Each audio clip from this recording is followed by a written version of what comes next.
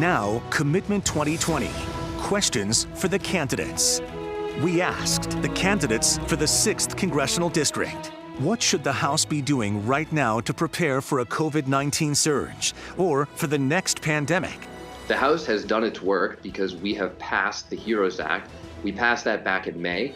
We've passed subsequent legislation to provide Americans the relief that they need. And I personally have been working to ensure that we get relief right here at home in Massachusetts, that we support all the people who are out of work, who have lost their jobs because of this pandemic, that we support the small businesses that are struggling to survive and are looking at a very difficult fall, especially the restaurants that are wondering how are they going to continue hanging on by a thread when you can't even do outside dining because it gets cold out. We're trying to get more PPE to our nurses and doctors and frontline workers all across the spectrum, those essential workers who are supporting all of us throughout this pandemic. We've also, in the House, passed legislation to ensure more support for vaccines so that we can get vaccines out to people quickly and safely. We've done all these things in the House, but the Senate refuses to even vote on this legislation. Republican senators led by Mitch McConnell won't even have a debate about this important relief for the American people.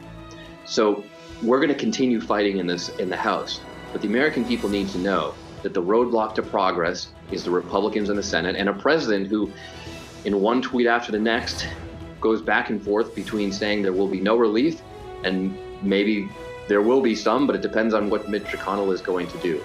The bottom line is people need relief. There's a number of things the House should be doing. First of all, we need to prepare better for a potential future pandemic. We were not prepared at all. It's quite clear to every American that that's true. And fingers are being pointed all over the place, blaming the president, blaming the administration blaming Congress, but we were not prepared.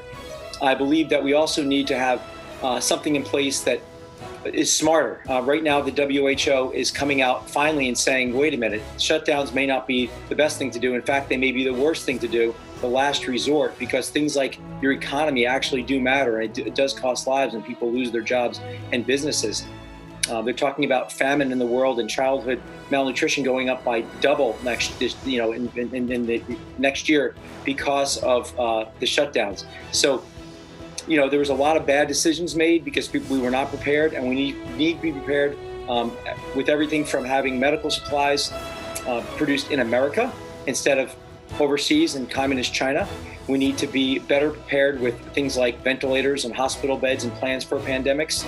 And third, we need to have a better, smarter integration of the medical community and along with business and government, right? And this pandemic has shown that, going all out and listening to the CDC, but ignoring everything else, like the economy, like shutting down the economy, was not smart. And we need to have a better, more balanced approach in the future.